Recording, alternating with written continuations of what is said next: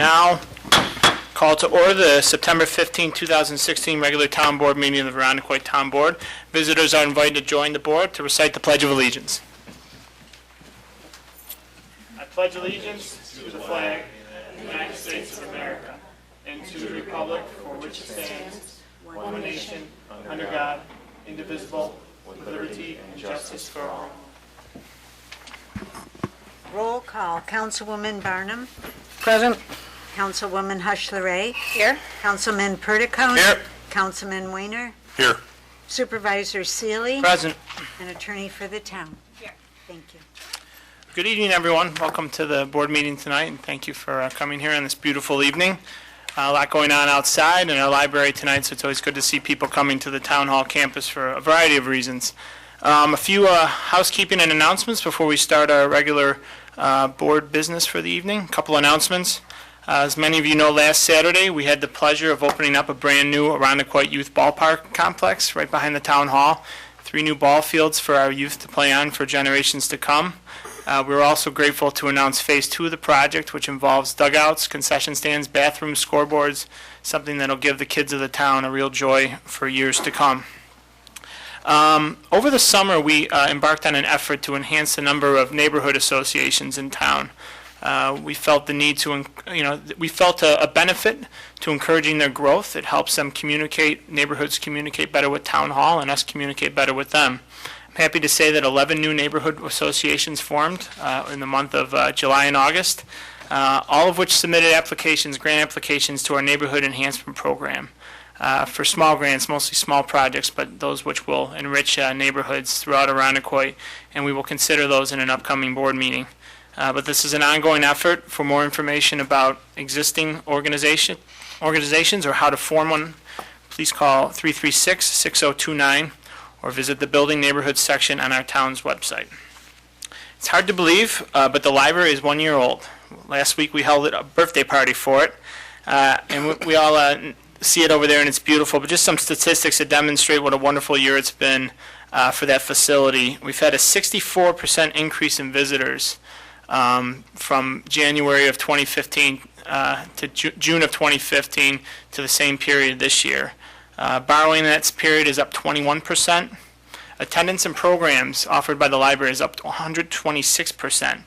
Room reservations have increased 880%. I think once you get past 200%, you just stop counting. But it's officially not a community center, but it's really organically formed into that, and that's why you see so many people gravitating here. Work on Titus Avenue, as many of you have seen, has commenced to repair and refurbish a break wall, actually build a new break wall, retaining wall, and complete a sidewalk that will connect the northern end of Titus between Gardinum and Allwood, and that will provide people safe passage on both sides of Titus as they venture from the Titus-Cooper area to Town Hall and beyond. Brush pickup continues through the week of November 7th. For more information, call 336-6090 or visit the town's website on when your quadrant is up. Oktoberfest wraps up this weekend. That's Friday, September 16th, and Saturday, September 17th, for those of you watching on replay on cable access. For those of you watching live, come on down to Camp Eastman for some great music, food, and fun. The Cornell Cooperative Extension, which many people might not realize is now located on the southern end of St. Paul Boulevard, is holding its chicken barbecue fundraiser on September 17th. For more information, please email monroe.cce.cornell.edu. For those of you who don't know, Cornell Cooperative Extension provides a number of land use, agricultural, forestry services throughout the area, and a year ago decided to move from the city of Rochester, the Highland neighborhood, into Irondequoit, and we're happy to have them there. So go on down and have some great barbecue. This coming Sunday, is the Rochester Marathon, which, as many of you know, runs through Irondequoit twice because it's a 13-mile stretch, so it happens twice. I'll note that portions of St. Paul Boulevard and Thomas Avenue headed southbound will be closed from about 7 a.m. to about 1:30 p.m. And there's some cheerleading efforts taking place in the neighborhoods along Winona Woods. If you're interested in helping the neighborhood celebrate different holidays to cheer the runners along, visit the Winona Woods website for more information. Saturday, October 29th, from 9 to noon, the town of Arundecoit is sponsoring a volunteer effort to assist Arundecoit area seniors with fall leaf raking. This is a new initiative. The event, which we're calling Raking a Difference, is part of the town's Invigorate Arundecoit program. It will again take place Saturday, October 29th from 9 a.m. to noon. Volunteers will meet at Town Hall, and then we'll head out into town and help some folks with their leaf raking for the year. More information, please call 336-6029. I'll note town offices are closed Monday, October 10th in observance of Columbus Day. And our farmers market continues through October 20th from 4 p.m. till dusk. As you may have noticed tonight, there's a family fun night taking place. There's always good things going on, even when it gets a little bit chillier and darker a little sooner. So come on down through the week of the 20th in October. And with that, I will commence public input. I'll just note, can someone go grab the public input sign-in sheet? And I'll just, as an explanation, we have two public hearings tonight that are scheduled for 7:35. We're not allowed to start them until 7:35. We have routine public input on a variety of topics that people might have in the beginning of our board meetings. If you're here to speak about the germane activity of the two town board hearings that are taking place and were posted, those will take place promptly at 7:35 and thereafter. We have 5 individuals signed up to speak for public safety. Actually, this is the rezoning one, Bob. 1 second.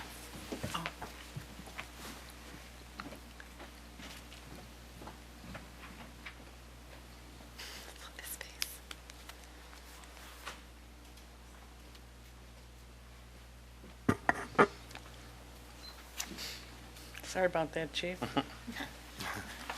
There's actually no one signed up for regular public input, but if anyone in the audience would like to speak on public input, please come up now. I'll note again that the public hearings that were posted will take place at 7:35 and shortly thereafter. Would anyone like to speak on the regular town input? Hearing none, we will now move on to our financial report. The 2016 financial results for the town as of the end of August. Total expenditures and encumbrances are $21,445,000, 62.7% of budget. That's lower than the 66.7% of the year that has elapsed. 66.7% represents through the end of August, eight months. The variance is comprised of $18,925,000 of actual expenditures, along with $2,519,000 of encumbrances. The encumbrances are reasonable as departments are still committing to supplies, commodities, and services that are needed this year. Expenses in the general fund are 60% of budget, $12,072,000, below the percent of the year that has elapsed. The breakdown of expenses are actual expenditures, $11,356,000, and encumbrances, $716,000. Collectively, the expenses of the highway funds are $3,930,000, 74.8% of budget, and that's higher than the percent of the year that has elapsed. The high expenses primarily result from encumbrances in highways 1 and 3. For gas, fuel, and asphalt in Highway 1, and for vehicle maintenance, equipment parts, and debt service in Highway 3. The library expenses are $1,542,000. That's only slightly higher than budget, at 67.4%. Driving the expenditure percentage is debt service expense for the library bond anticipation note. Expenses of the other major funds are as follows. The sewer fund has expended $2,540,000, 58% of budget, and included in sewer encumbrances are $246,000 for the purchase of a heavy-duty dump truck and the full-year costs for debt service. The stormwater drainage expenses total $618,000, 51.2% of budget. And encumbrance for a second heavy-duty dump truck is within the drainage expenses. As of August 31st, the general fund has recorded $14,467,000 of revenue, equating to 73% of budget. The total real estate tax of $10.6 million was received earlier in the year. Pilot revenue, payment in lieu of tax revenue is in at $168,000. That is all that is currently due. Sales tax, $1,478,000 is in. It represents 5 months of revenue. The second quarter sales tax check was received in August for approximately $900,000. 25% of mortgage tax, or $180,000, remains unchanged, and it represents only 3 months of mortgage tax activity. Additional revenue line items are not, the additional major revenue line items are not yet due. $246,000 of recreation program fees have been collected and are favorable to budget at 82.3%. The town summary after 8 months. Total revenue for the town is $26.2 million, 79.9% of budget. Real estate taxes total $16.5 million across all funds. The library has received 97.3% of revenue, a sum of $2,228,000. Highway has recorded $4,569,000, 87.1% revenue. Sewer has collected over 100% of its budgeted revenue, a total of $4.3 million, equating to 100.4% of budget. This concludes my financial report as of the end of August. Thank you, Annie. Good to see that those expenditures look favorable for the general fund and beyond. And thanks to our town department heads for doing such a good job managing their budgets as we move through the year. Any questions or comments for the comptroller? Hearing none, can I have a motion to accept the financial report? Moved. And a second? Second. All those in favor say aye. Aye. Opposed? Financial report is approved. Approval of minutes, August 11th, 2016, the workshop meeting. May I have a motion? Moved. And a second? Second. All those in favor say aye. Aye. Opposed? Workshop minutes are approved. August 18th, 2016, the regular town board meeting. Have a motion? Move. And a second? Second. All those in favor say aye. Aye. Aye. Opposed? Abstentions? We have one abstention, Councilwoman Hushelray. The minutes are approved. Okay, we're now going to move on to our items for board action, correct? Mm-hmm. Okay. Items for board action, community development. Item number 3, authorizing an updated fee schedule for Arundecoit Cable Access Television. I'll explain this resolution. This basically updates some of our fees that we offer, particularly for services that our cable access department provides to residents. It modernizes them. What we want to do is make them more enticing for residents. So what we've done is we've looked at some other municipalities and some private offerings that offer the same services and tried to come up with something that's a market rate and make us more competitive in those regards. And I'll note, you should check out our town website. There are a variety of services that cable access does offer downstairs, ICAT offers downstairs. In particular, you can turn VHS tapes into DVDs. I think that's a very popular offering for some people. My parents have taken advantage of it because they're now looking for new ways to humiliate me. But I encourage you to look at that. Can I have a motion to move the resolution? Moved. And a second? Second. Any questions or comments? Hearing none, all those in favor say aye. Aye. Opposed? Resolution is adopted. Item number 4, authorizing 2016 tax levies. May I have a motion? Moved. And a second? Second. Madam Carrie Ivers, is she here? Okay, that's okay. I can explain this. So in effect, over the course of a year, we assess code enforcement fines for people who don't do things such as property upkeep. At the end of the year, we put those fines onto the tax levy, and as a result of that, the town is able to recover the fines from the tax levy. Any questions or comments? Oh, excuse me, the fees collected as a result of code enforcement actions, violations of town code. Any questions or comments? Hearing none, all those in favor say aye. Aye. Opposed? Resolution is adopted. Item number 5, declaring certain equipment surplus. Have a motion Moved. and a second. Second. Thank you, Councilman Weiner. Commissioner Kiley? Thank you, Mr. Supervisor. This resolution would declare 3 pieces of equipment surplus within the Department of Public Works. Vehicle 153, a 2002 International medium-duty dump truck, a 1998 old salt insert for Vehicle 140, and 8 blue shelving units from our stockroom.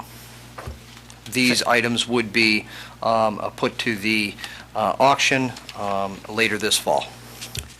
Thank you, Bob. Any questions or comments for the Commissioner? Hearing none, all those in favor say aye. Aye. Opposed? Resolution is adopted.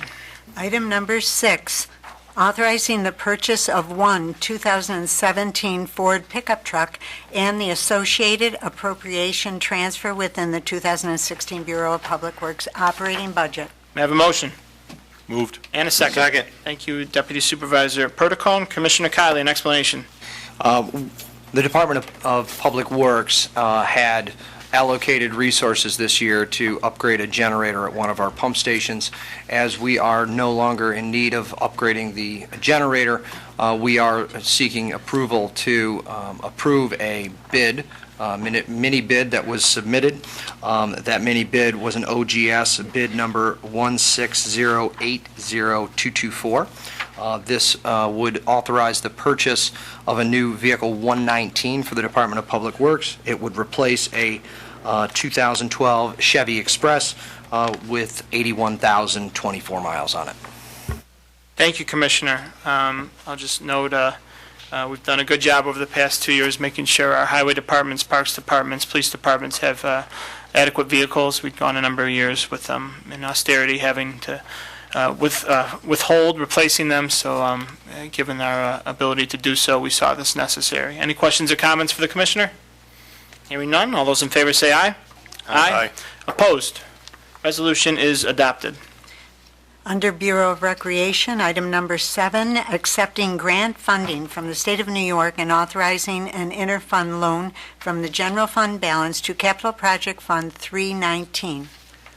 Motion. Move. Thank you, Councilwoman Barnum. And a second? Second. Thank you, Deputy Supervisor. Commissioner Kiley? Thank you, Mr. Supervisor. I'm very excited to put this resolution towards the town board this evening. This resolution authorizes the interfund loan of some resources from the general fund to capital project, Capital Fund 319. That would authorize the transfer for Phase 2 of the ball field concession stand project, as the supervisor mentioned in the opening remarks. Thank you, Bob. And I will thank Senator Rich Funke, who secured a $300,000 legislative grant to allow us to move forward with Phase 2. And of course, Majority Leader Morelli was integral in Phase 1, providing a assembly grant. To me, it's money well allocated from Albany. We're excited about it. And I also have to note our comptroller's sound financial management that allows us to loan this money. And we're in a stable financial position. And we have been assured by the state of New York we will receive the money back promptly. Correct? Any other questions or comments? Hearing none. All those in favor say aye. Aye. Opposed? Resolution is adopted. Item number 8, authorizing the supervisor to enter into new contracts with vendors for the town's 2016 Oktoberfest celebration. Can I have a motion Moved. and a second? Second. I will just speak on this resolution. We, as you know, enter into contracts necessary to execute Oktoberfest, which is happening right now. At times, we amend those contracts. The board, at our workshop meeting, had the opportunity to review all of the contracts to which we are voting on tonight, thus authorizing their execution. Any questions or comments? Hearing none, all those in favor say aye. Aye. Opposed? Resolution is adopted. Comptroller, item number 9, authorizing the annual audit of the town courts. May I have a motion? Moved. And a second? Second. Thank you, Councilwoman. Madam Comptroller, an explanation, please? The town of Arundecoit is required to have an annual audit, and as part of the annual audit that's performed by a CPA, there must be an examination of the town courts, and there needs to be a production of a separate document that summarizes the procedures of the town courts.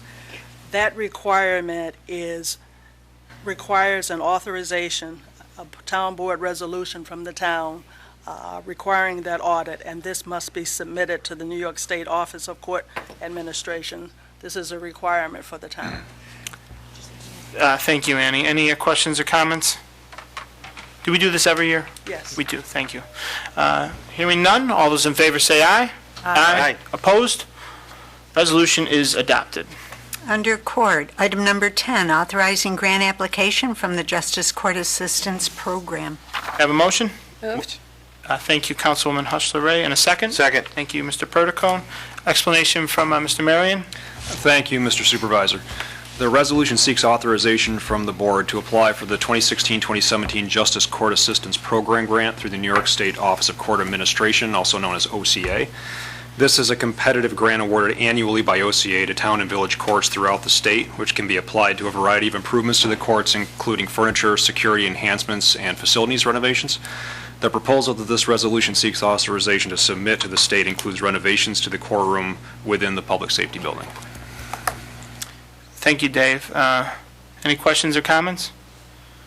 And I'll just note, I'll give kudos to Mr. Marion. We just executed a renovation of our court offices over there to free up some space and remove some clutter, and this is we'll kind of complete the facility and modernize it, and it's not an old courtroom, I guess as some courtrooms go, but it certainly could use a facelift, so to speak.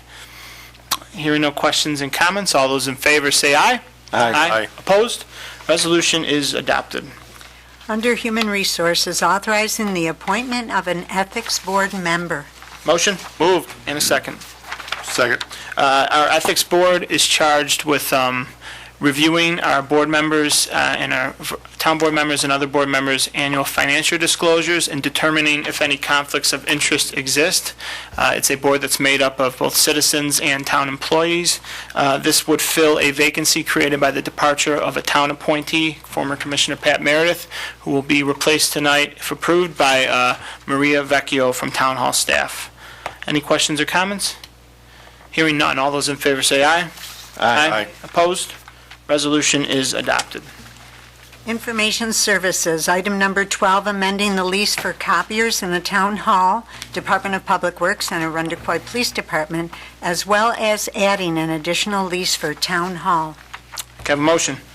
Moved. And a second? Second. Rashad, explanation, please? Thank you, Mr. Supervisor. The town previously entered into a lease agreement for 4 copiers. I'd like to make an amendment which will adjust the properties of some of the machines, which will allow for additional software at no additional charge. Thank you, and I'll note, we approved this resolution last month. This amends the contract.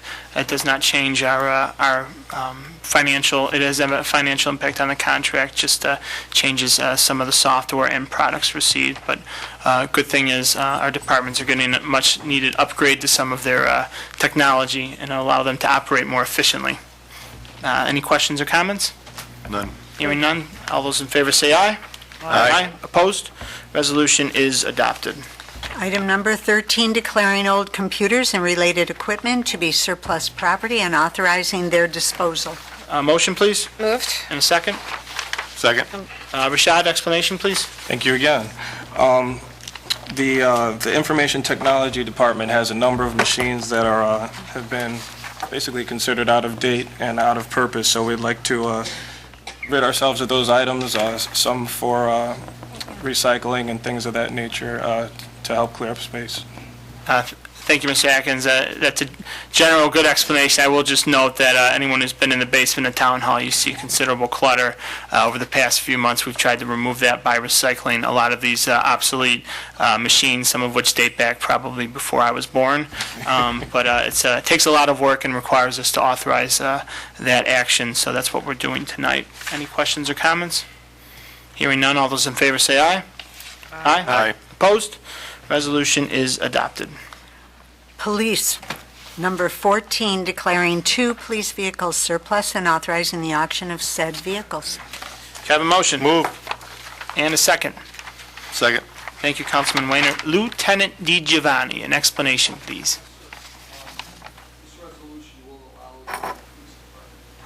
Lieutenant, would you mind speaking to the mic so the folks hearing at home can hear? Thank you, sir. Yeah, this resolution will allow the police department to declare 2 former police vehicles that are beyond repair. One's a 2001 Chevy Monte Carlo with 102,000 miles, and the second is a 2000 Chevrolet Tahoe with 165,000 miles. And this will allow those to be sold at the next local municipal auction in October of 2016. Thank you, Lieutenant. Any questions or comments? Hearing none. All those in favor say aye. Aye. Opposed? Resolution is adopted. Madam Clerk, I'm going to table the next resolution till the end of the meeting, perhaps, but table it for now. We'll move on to town clerk items. Item number 16, approving the special event license for the 19th annual Johnny's Run Like Hell 5K race. And I have a second? Second? That one happens every year, but I just can't get enough of the name, so it catches me off guard every year. Any questions or comments? Hearing none, all those in favor say aye. Aye. Opposed? Resolution is adopted. It's a very nice event in the Laurelton neighborhood. I encourage people to participate. Item number 17, approving the special event license for the Finger Lakes Regional Burn Association's annual burn walk within the town of Arundequite. Can I have a motion? Move. And a second? Second? All those in favor say aye.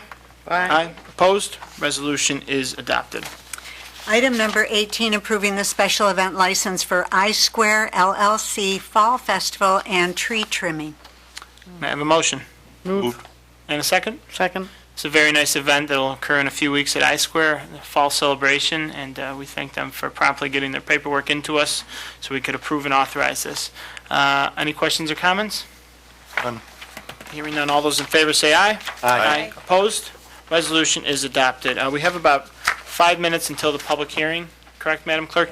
Pursuant to Public Officers Law, Section 105, I'm going to move we enter into a very brief executive session to discuss matters leading to the dismissal of a particular person and current litigation. We will be brief and be back in a few minutes.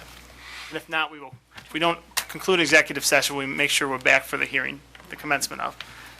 Can I have a motion? Moved. And a second? Second. Thank you.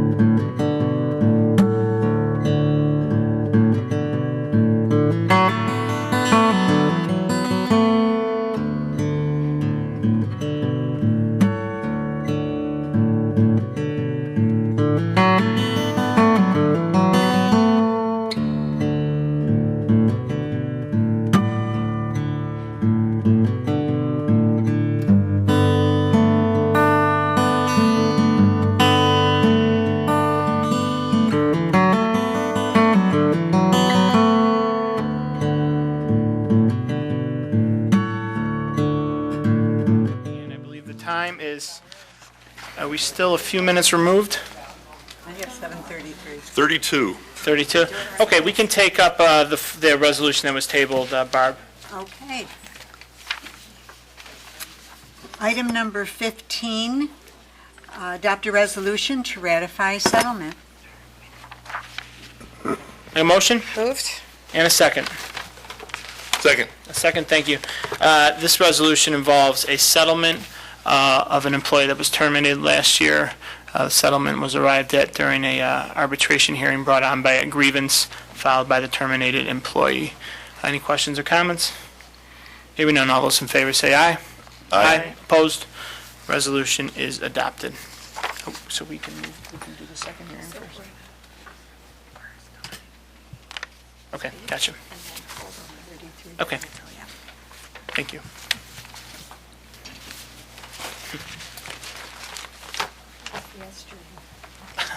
I got 7:34. I feel like We do things by the book and on the clock here.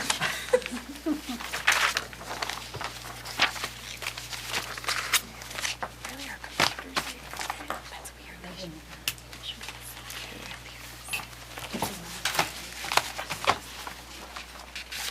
Okay, keep the hearing.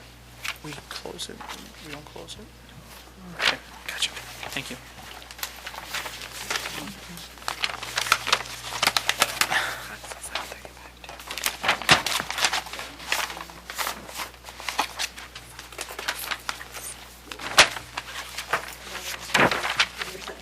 Mine says 7:34, Barb. 7:34. So does my son.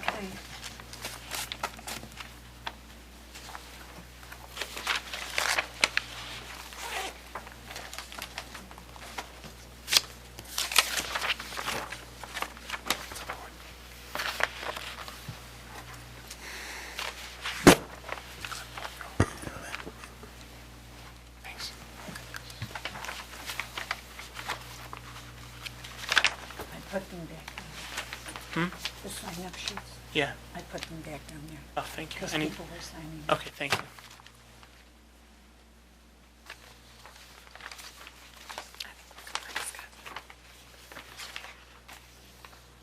Okay, I have 7:35. Madam Clerk, would you call the first hearing?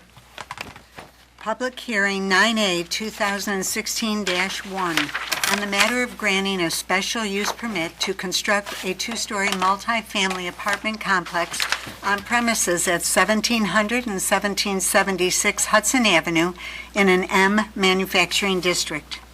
Thank you. Can I have a motion to open the hearing? Moved. And a second? Second. Thank you. Anyone in the audience want to talk about the first hearing regarding a special use permit on Hudson Avenue?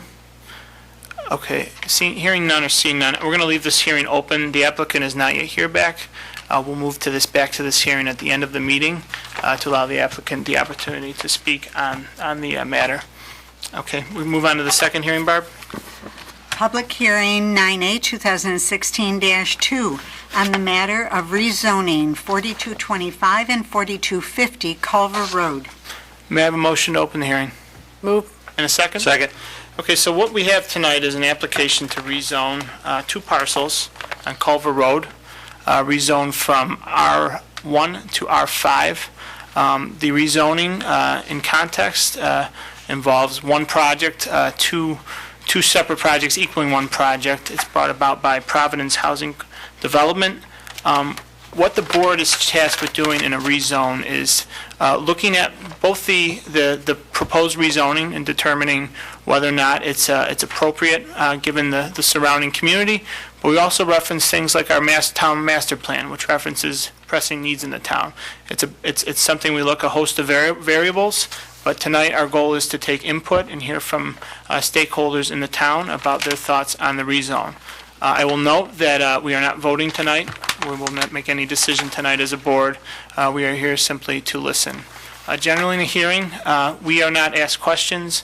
We do not ask questions of the witnesses, so to speak. That's what people speaking are technically. However, we are available after the meeting at any time. You can contact us or staff if you have particular questions, and I'm always here at Town Hall as is staff. I'm now going to call on Carrie Ivers just to talk about some of the particulars of the rezone, and then we'll invite the applicants up to speak about the actual project. Ms. Ivers? Thank you. You've given a good overview of the application before the board and the subject of the public hearing. Tonight, this board is considering what essentially is a map amendment, changing 2 parcels from what is currently R1 to R5 to allow for the proposed development of senior housing. The map amendment is something that only this board can a decision that they can make. Subsequent to that, the project would need additional approvals from other town boards, including the planning board and the zoning board, based on the physical development that would be proposed at these locations. Thank you. Can you just describe some of the permissible uses under R5? Carrie? So R5 is the zoning code that allows multi-family residential. So it allows things along the lines of townhomes, apartments, other multifamily dwelling units in it. And so this is the appropriate zoning classification for a project like this. Thank you. And does that include commercial, Carrie? I will confirm that in short order and get back with you. I apologize for not having it off the top of my head. We have a lot of different zoning classifications, and I didn't mean to put. I don't want to say yes and then be wrong, so I'd rather Fair just enough. double check. Any questions from the board for Ms. Ivers? Okay, I'm not going to call up, as is customary, a representative of the applicant, Tom Palumbo from Stantec. Please come up, sir, and just state your name and where you're coming from, please, for the record.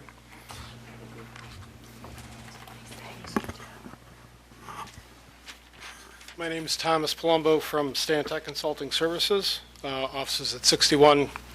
Is that mic on? I think so. Yep. Okay, thank you. It's 61 Commercial Street. We're representing the applicant, Providence Housing Development Corporation, in this proposal to rezone 4225 and 4250 Culver Road, with the intent of developing senior housing in these 2 parcels. 4250 is on the east side of Culver Road, 4225 is on the west side of Culver Road. One houses the St. Siloam's Church, and the other is the former Durand United Church of Christ. So what we've done in the past, Providence Housing has developed St. Siloam's Apartments, which are located at 4260. As well as the patio homes that are right south of the existing church right now. They've realized the need for senior housing in the town, primarily from what their waiting list is at St. Siloam's. When these parcels became available, they took this advantage to try to move forward and try to fill this need. To do that, we need to have this rezoning application.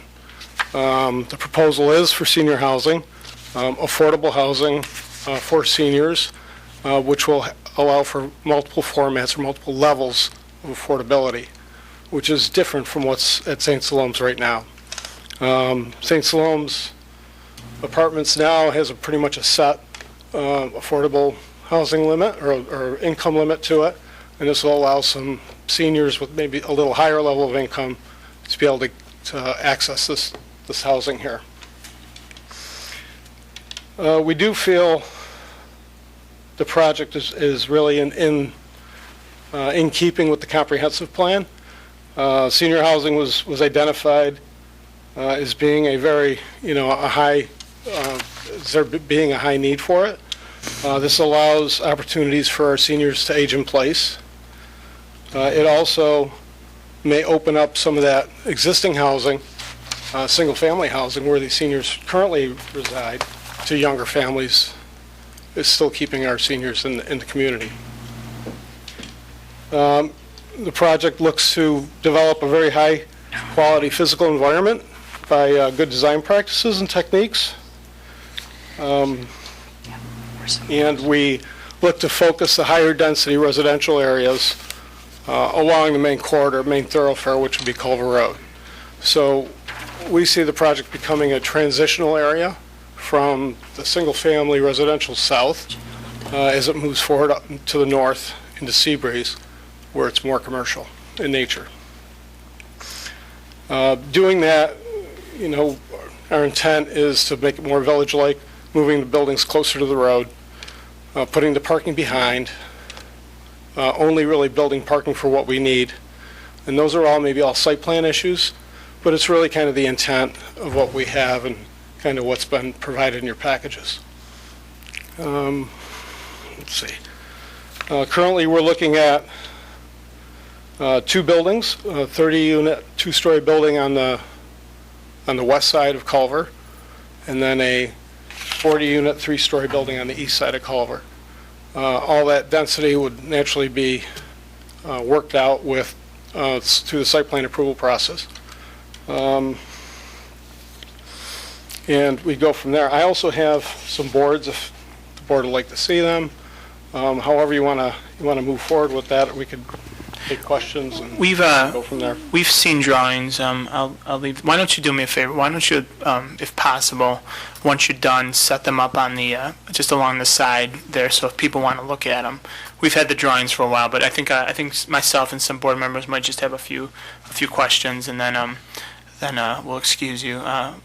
First, just in general, certainly, the zoning board and planning board reserves the right to review the site plan, and that's incumbent upon them, and they look at things like the amount of density. But however, we are increasing the permissible density for the parcel.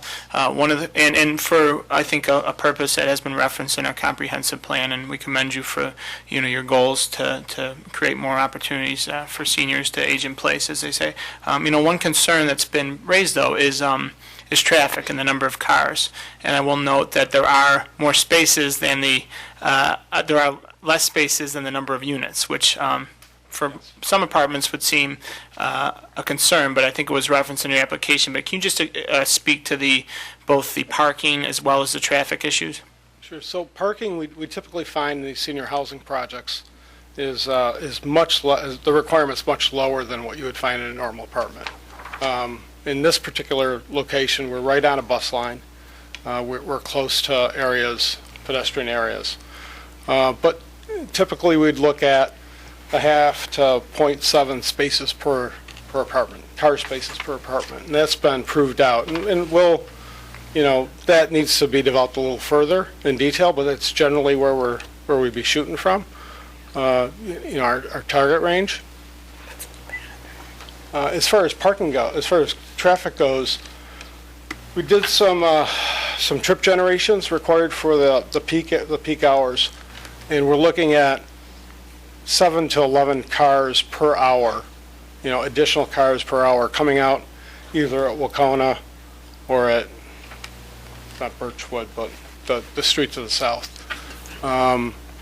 So we've also forwarded that information on the county DOT. Try and get their input. Right now, they seem to be in agreement with the plan. We do need a letter back from them. So we're expecting to hear some formal response. Okay.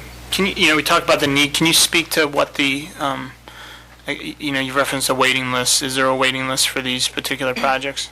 There isn't. If I could bring up Mark Reisberger, the Executive Director from Providence. Come on up, Mark.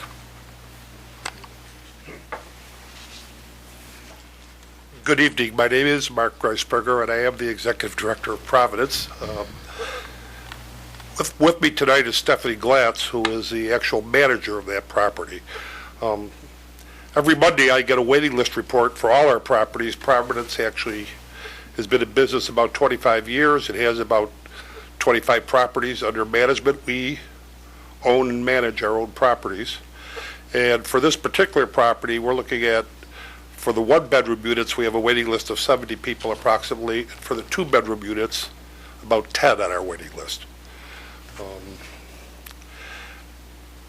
There is clearly a need when we do get a vacancy. It's not a high turnover property. We have many residents who have been with us for the entire time that the property has been open. So the vacancies fill up fast, and the waiting list, there's not a lot of movement off our waiting list. So we think there's ample demonstration of a need within the town for this type of housing. This project is a little different from our current project. Tom mentioned one of the differences, we're trying to attract a little bit higher income. But the other nice feature here is we're co-developing this property with St. Anne's community. And actually 3,000 square feet on the St. Salome side, the east side, is being dedicated to St. Anne's community for programs, both for residents and members at large of the community. Part of all of the recent development in senior health is trying to keep people in their homes or their apartments, or wherever they choose to live, as long as possible. The presence of St. Anne's in the community at this site will not only assist the residents, but also other members of the community at large with their health needs or health assessments, and hopefully enable them to have a fuller life within their own homes. Thanks, Mark. Any other board members have questions for Mark or Tom? Yes, actually. So I'd just like to say I'm all for affordable senior living options, and it's obviously a huge need. We've received several concerns from residents, one in particular I want to address with you, and that is the current response time and just in general response to residents. In particular, apparently there's some fencing issues, particularly at 43 Outlook. A fence was supposed to be repaired, and then someone at the company told the resident that it was actually their responsibility, and then they finally talked to someone else and was told that money from the last project ran out. So can you address that? The fence is our responsibility. It's our fence. We put it up. To the extent a repair is required, it will be made. I'm under the impression that that process has started. That was brought to our attention. We had a meeting at the community on August 1st just to introduce the local community to this project, and that issue was brought up at that night. We obviously have done an inspection, and we've actually sent letters to all the neighbors on that side who border that fence, asking them what issues there are. We've had 2 responses from neighbors saying there was a need for a repair. Those repairs will be underway and completed shortly. Okay, so it wasn't a very old problem that is resurfacing at this point. It was The fairly building's recent. only less than 10 years old, so it can't be an old problem, but Well, it's I mean, brought to our attention. Even someone waiting for 6 months to a year, I think would be problematic if it wasn't addressed in a timely fashion. So I just wanted to make sure that obviously the responsibilities on the property are going to be expanding. You feel that the company can address those needs as they arise? Yes. We have right now a manager and a 1.5 person maintenance staff. Those will be expanded. The manager, who is really part-time now, will be full-time in the future. And we'll also be expanding the maintenance staff with obviously the increased number of units. Thank you. And maintenance staff is on site? Yeah, well, right now we have 1.5, so one of them is swinging, but one is there at all times. And that would include addressing the grounds, needs of the grounds, too?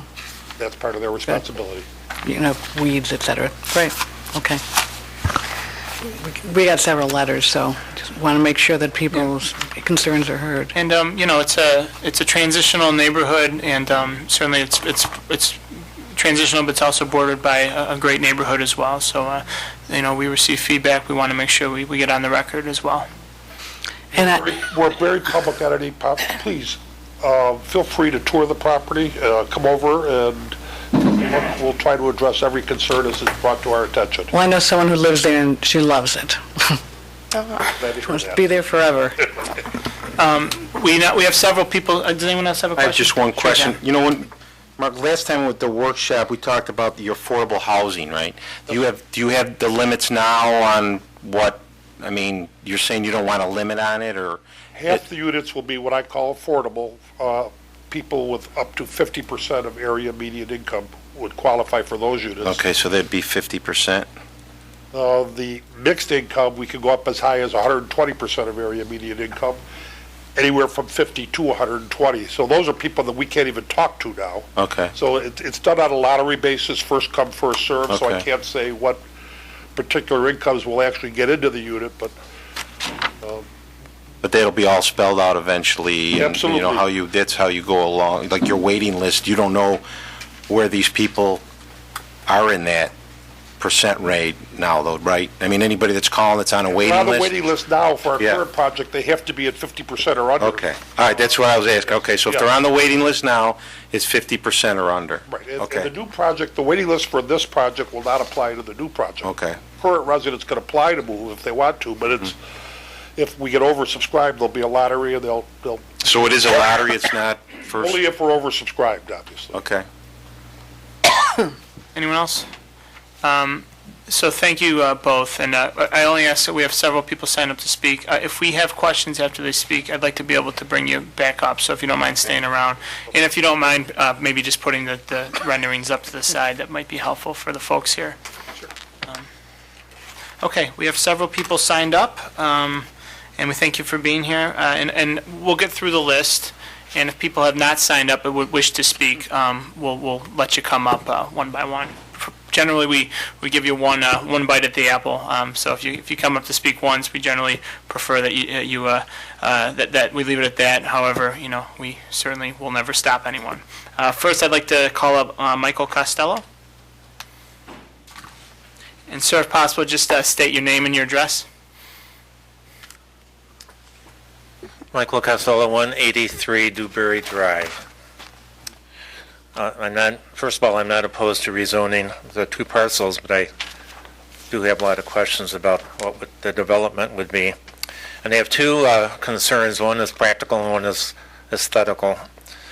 The practical concern is the intersection of Dewberry Drive and Culver Road, which even now poses quite a problem because I assume there's a code that's not being enforced where Phil's Clinic comes to the corner of Dewberry and Culver Road.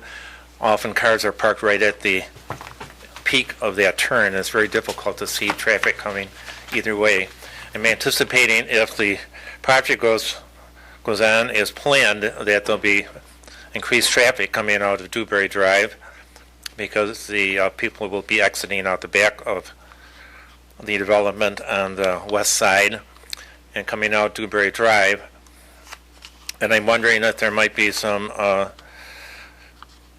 traffic flow control there, a light or something to slow people down, make it easy for people to exit out of Dewberry Drive onto Culver Road. I'm also assuming that people would want to go on foot from one of the buildings on one side to the other if there are community events going on in a common room or something.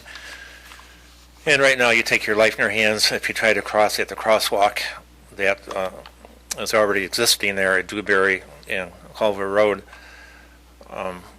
So again, maybe a light to control the traffic, not only the vehicular traffic, but also pedestrian traffic at that spot. That's my practical concern. The other concern is aesthetical. There is a bell tower at Durand United Church of Christ that's been a landmark there for well over 80 years. And I'm wondering if there's some way that bell tower, I know the church has to be taken down. I'm wondering if there's some way that bell tower could be incorporated into the new structure if it is built there as a way of acknowledging the presence of a spiritual center that's existed for well over 80 years in that particular part of the town. I watched the Olympics and I was intrigued by the steeplechase race, and I wondered where they came from. I researched it and found out that in Europe they had races that went from one town to another, and it was the steeple that marked the center of the town, and that's why they called it the steeplechase, where the races would begin and end. And so I see that bell tower or steeple as is a landmark in that particular area. And if there's any way that could be saved and incorporated into the design of the housing units, I think that would be a good thing to do. Thank you, sir. Thank you. I now have Emil and Catherine Grenda signed up to speak. Did I say that correctly? Yes, you did. When I signed the thing, I thought it was just an attendance. I really don't have. Okay. You break my heart, sir. I know you're here now. All right. And you do get full credit for tonight's attendance. Well, thank you for attending.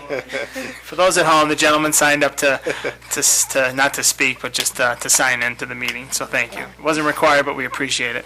Reverend Tim Meyer? Yes, Reverend, good evening. good evening. I really came here, and I kind of did the same thing, but I wanted the opportunity to speak, depending on how the conversation went. But since I'm up here, I'll just do some. I really want to put speaking in favor of it. I've been serving at Durand United Church of Christ now for almost 9 years. 9 years, October 1st. So I have some investment in it, but really to put some flesh on the bones of the framework of a lot of facts, and to just provide some background. The people who built the church, a lot of who are here, and just to put like some face on what we're doing here. They built it by their blood, sweat, and tears. They didn't get subsidies or taxes weren't levied. I mean, that's obvious, but I just want to say that. So they have a big investment, and many of them are retired people on low incomes, basically all fixed incomes, more or less. But they've called this their home of faith for decades. And they've raised their families in this church, and they've remembered and memorialized their loved ones in this church, and their sons and daughters were married there, and grand and great-grandchildren baptized. So it wasn't a hasty decision, and there was a lot of emotional investment. We had more than 18 months of meetings about this with no more on the agenda than to just talk about the future of the people who comprise Durand United Church of Christ. And what was most important and most meaningful and most significant to them, and we talked through it all, we hashed through it all. It wasn't the organ, it wasn't the pews, it wasn't the altar, it wasn't the wooden crosses. They finally found out that it was each other. And so their vote, they made a decision based on their faith and trust in the God that we worship, who promises to be with us through it all, and it's all over Scripture. So difficult as it is, I think it is hard to think of a more appropriate use of this small parcel of this good creation and place that we are fortunate to call home, than to use it as a dwelling place for where many of these same people may possibly have an opportunity to stay and live where they've raised their families and live their lives, and many who can no longer afford, in many ways, to call this their home. When they get ill, they have to go out to Macedon or wherever, to a place that is completely out another planet for them. So you remember the old Bible thing that this is the church, and this is the steeple, and you open the door and you see all the people. You see all the people, and I think it's that. Sunday, it's almost 2 years ago today, on September 14th of 2014. These people who are the church gathered at 4225 Culver Road, and they voted overwhelmingly to put the church building and property up for sale. And the reason I say church building and property, because the church is just the building. And I'm not arguing against my friend Michael. I think your point of aesthetics was well put and well placed and well meant. But I just want to say that those people who have called this their church home, we're moving to another place. That's how we see it. And so just to, as I said, put some flesh and blood and faces on what we're discussing here. Thank you. Thank you, Reverend. Very well said. Thank you. Next to sign up to speak is Andrea Zona, 41 Outlook.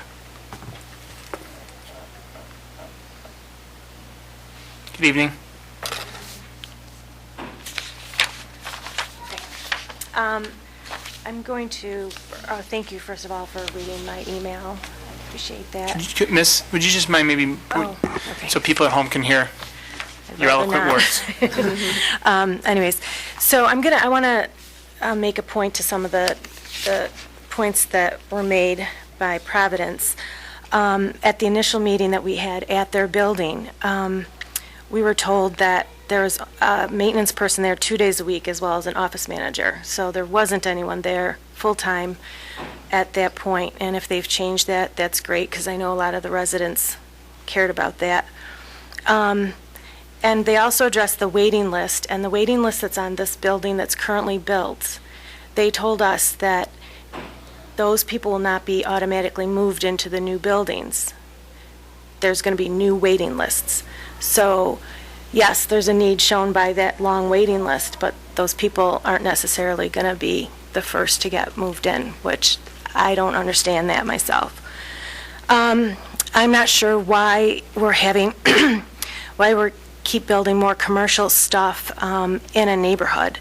This is a neighborhood, and there's a lot of commercial space, I feel like, that's already abandoned and around. I mean, think about the Medley Center. Think about the senior center they could create up there. I mean, it could be their own little town within a town, basically.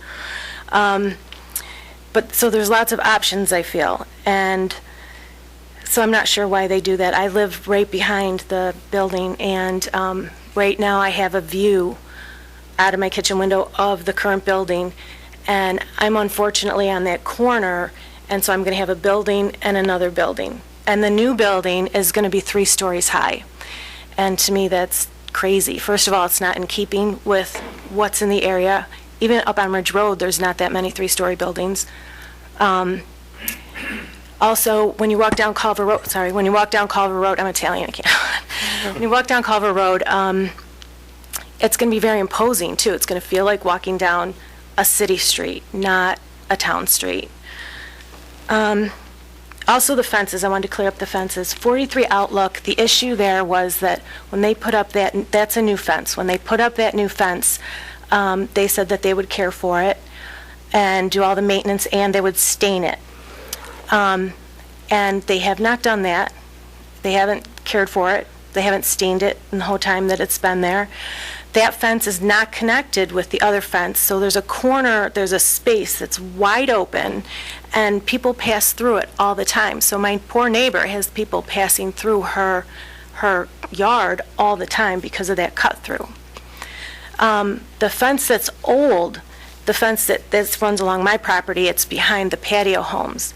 That's the fence that they were trying to tell me was my fence, and that it's my responsibility. And finally, someone said, well, we ran out of funding, so we couldn't do that. Which is fine, but when it breaks, it needs to be repaired. Like I said, their plows often made the fence fall over, leaving it broken, and I have a dog, and it, God forbid it get out on Culver Road and get hit.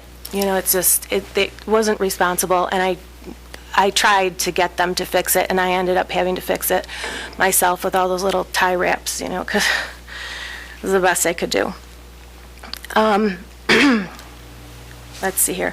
I know they say that there's 7 to 11 cars per hour they were talking about, but 7 to 11 cars per hour on a road that used to be quiet residential and maybe have 1 car every couple hours or 2 cars an hour, that's going to be a lot for people. It's going to turn it into more of a main road.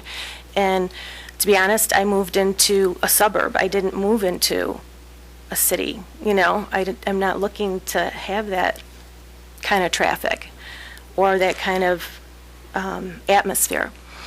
Even if they do the buildings and they do the 3-story, I guess even if they put plantings in, my fear, I won't have the privacy for years and years to come, because there's no way they can replace some of those trees. Oh yeah, that was another thing with the fencing. They told me if they had done it, they would have had to take down all those trees anyways. So I would lose all my privacy. That was back then. But I gave them permission, they have it still, to come on my property and put up a new fence so that they can leave all those trees. I've told them they have that Anyways, since you read my email, I guess I don't,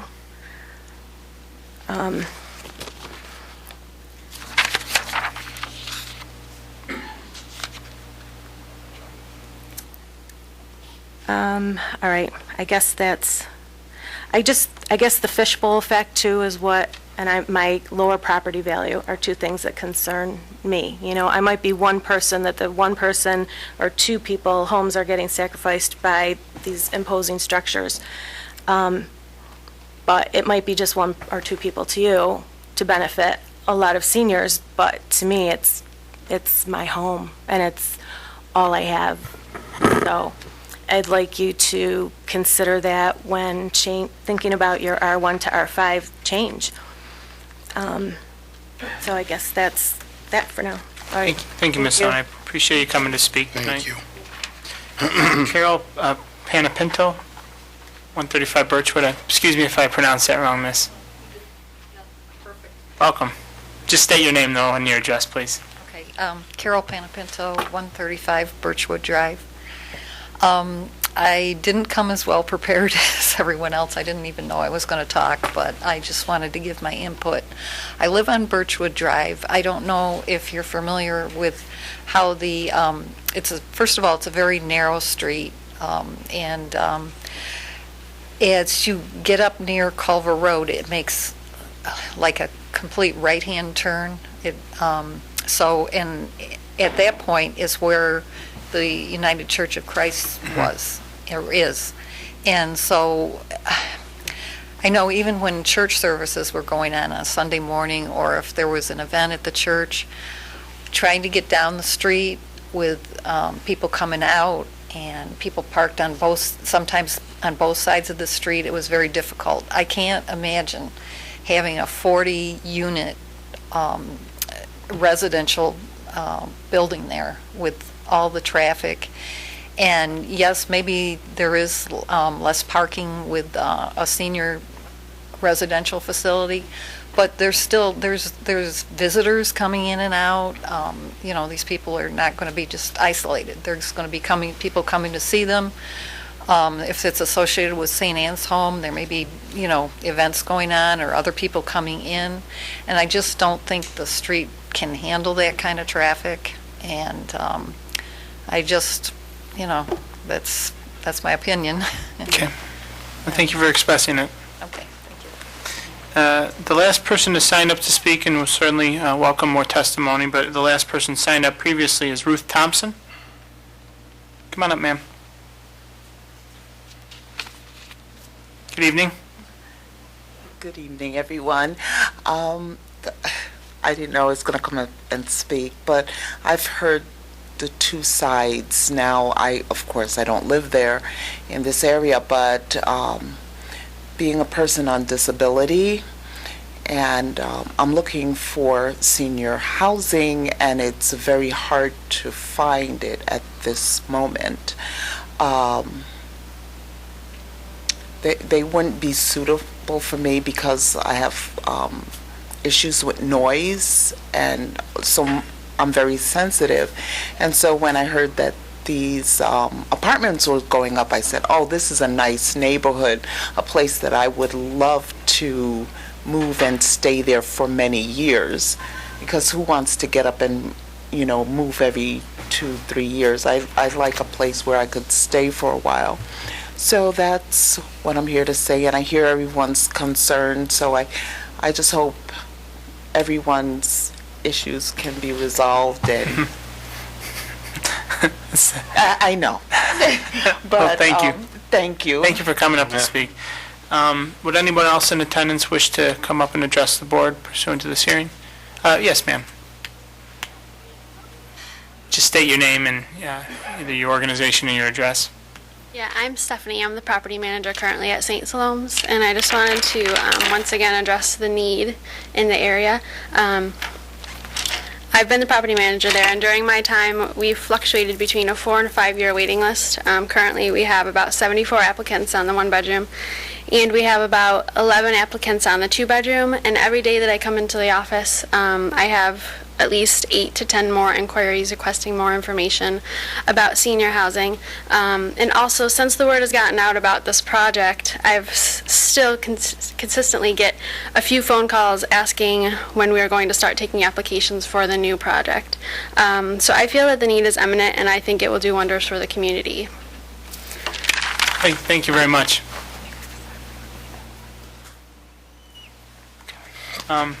Anybody else? Go ahead, miss, yes. I can. State your name and your address if My possible. name is Sheila Rodcare. I live on Wacona Avenue, right down the street. And the residents there seem very happy. I have no complaints at all about it, at all. Even though they took down the school I went to school in, and they're going to take down the church I got married in and was baptized in, and all the other things I did. But it's a wonderful use for the area. And the residents are very friendly. They walk their dogs. They enjoy the neighborhood. The traffic is almost nil. When there was church on Sundays, it was busier than I don't know what. You couldn't cross the street. But there's very little traffic, and the parking lot there is maybe a quarter full all the time. People, really, truly. And like I say, it's a wonderful atmosphere. The residents are wonderful, and I applaud even across the street and even the whole thing. I think it's a wonderful idea, and I hope everything goes well. Thank you. Okay, I'm going to take a motion now to close the public hearing. I will say, though, if people still want to express their feedback to the board, they're welcome to do so via email, telephone, or visiting us here at Town Hall. We certainly continue to want to know what people feel about this.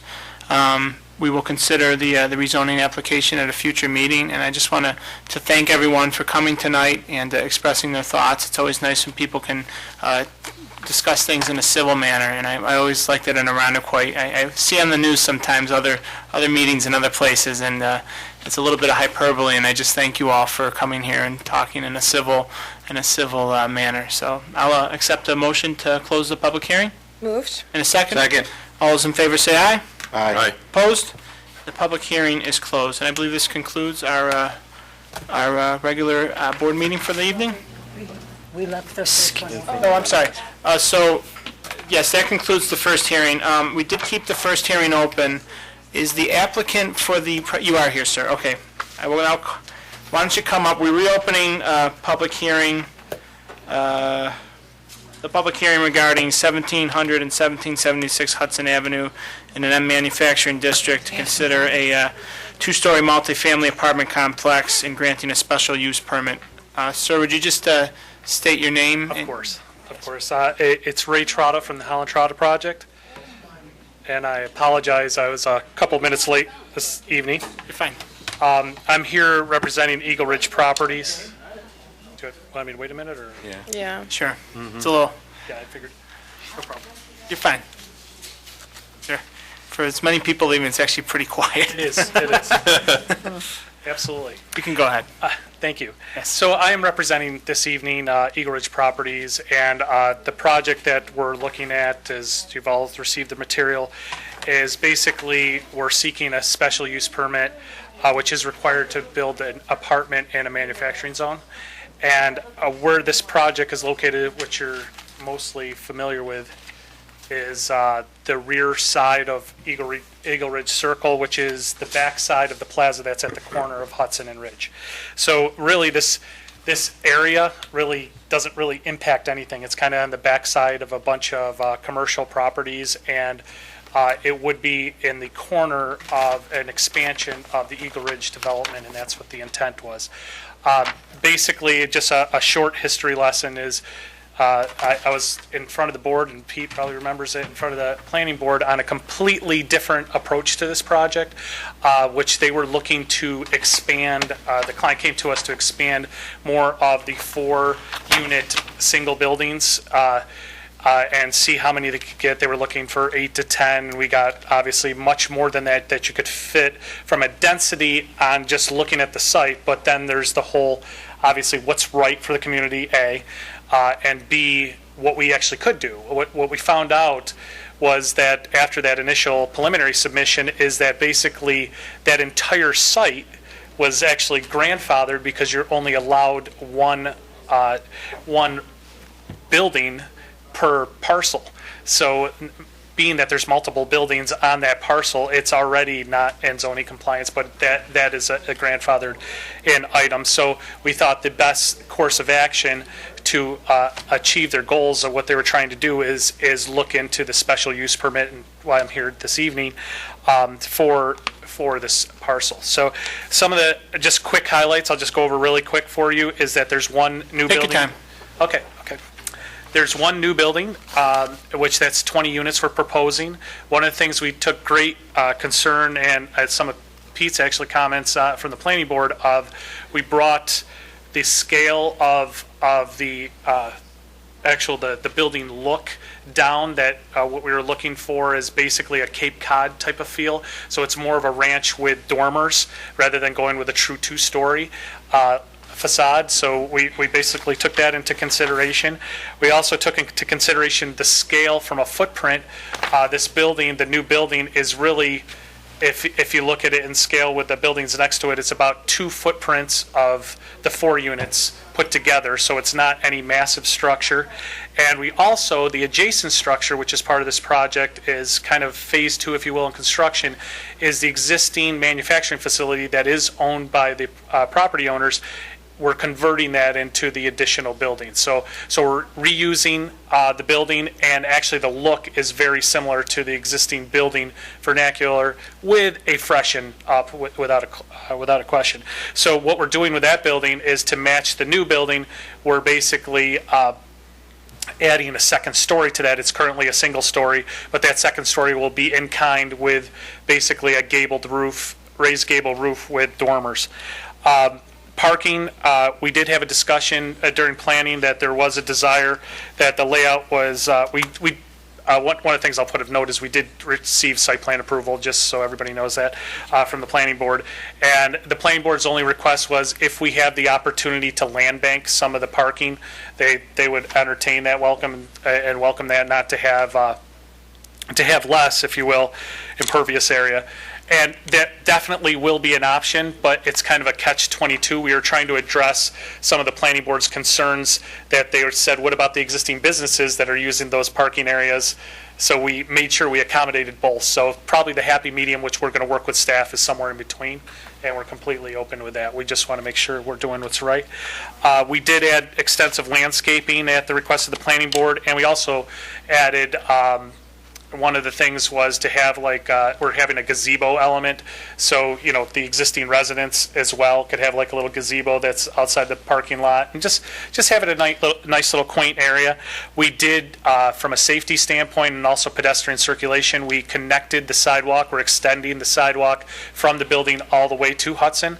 So that's another amenity that should be nice. And one of the things of note is the main drive is Eagle Ridge to come in, but we're also, for emergency vehicles, they could come through the parking lot in the case of emergency and not be land bank that you can only get in one way, which it currently is right now. I talked about the circulation around there. I think in general, I just wanted to make sure that everyone understands where it is in context, which I think everybody's seen the site. Yeah, this is really not impacting anybody. I think we had a good idea in our workshop last month.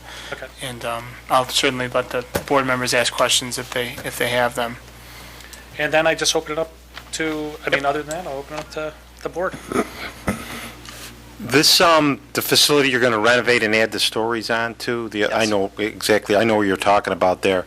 There's some businesses in there now, is it vacant? Yes. Okay. It actually, well, yes and no. There is a business right now. It is the owner of this property. Okay. Has their manufacturing business.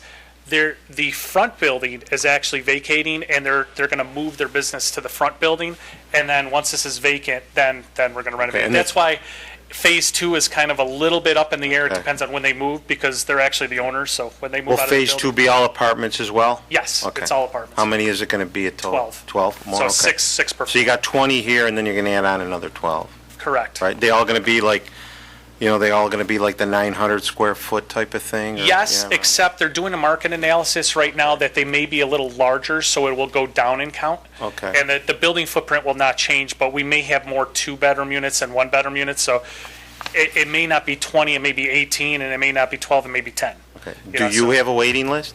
Actually, I think they have only 2 units available out of the 88 they currently have, and the feedback they've been getting is much more 2 bedrooms, so they're Okay. really looking towards the 2 bedrooms. And the 2 bedrooms, especially, this will be a brand-new facility with, just nicer, updated features and things of that nature. We're going for mid-level luxury, so it's affordable luxury, if you will. Okay. And that really caters to the empty nesters and also the single parents. So typically, single parents want to have that, obviously, additional bedroom. So- Okay. Anyone else? Thank you. All right, thank you, sir. Appreciate you coming, and I know you're hurried to get here, so I'm glad you had the opportunity to No speak. problem. I apologize for my tardiness. No, of course, attendees had the opportunity to speak on the public hearing of this particular project earlier in the meeting. I don't see any other members of the public in the audience anymore, so I assume no one wants to speak. Seeing or hearing none, I'll accept a motion to close this public hearing. So moved. And a second? Second. All those in favor say aye. Aye. Opposed? Hearing is closed. Madam Clerk, can we now move on to 1A? Public hearing 9A, 2016, 1A, adopting a negative declaration in the matter of granting a special use permit to construct 2 multifamily apartment buildings in an M manufacturing district. I'll take a motion. Moved. In a second. Second. And Ms. Ivers, an explanation, please? Sure. In looking at the environmental assessment associated with the project, this is an unlisted action. The proposed action is granting of a special use permit associated with the construction of the 2 apartment buildings, part of Eagle Ridge apartment complex. In considering the action, the following specific potential environmental impacts were considered. Impacts to community character and visual impacts because of the location of the proposed buildings, their proximity to the existing apartment complex and the neighboring commercial development and plaza development fronting on East Ridge Road.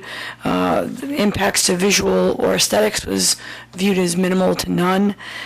Traffic, the additional units can be easily supported by the existing roadway systems.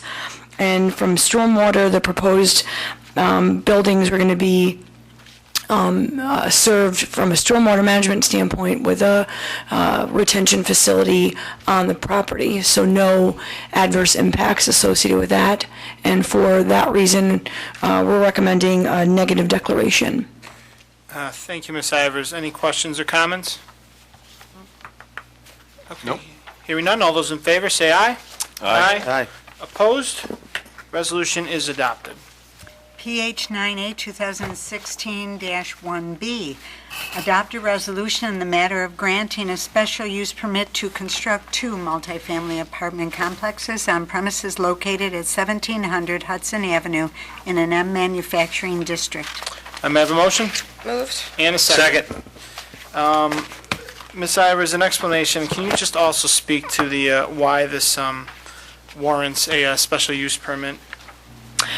Sure. In the M manufacturing district, there are a variety of uses that fall within the category of special use permits.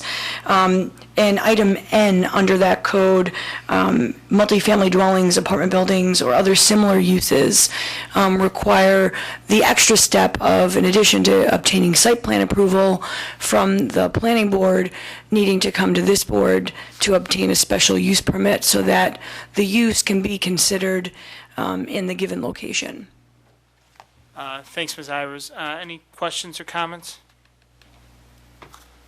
Okay, hearing none, all those in favor say aye.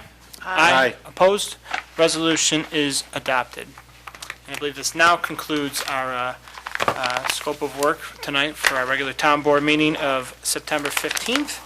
Our next workshop meeting will be October 13th, 2016, 4 p.m. in the Broderick Room. Next regular town board meeting, October 20th, 2016, at 7 p.m. in the Town Hall Broderick Room.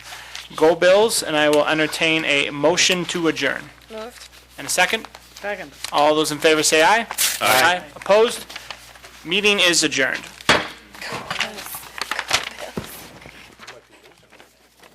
time to start? 8:25, I think.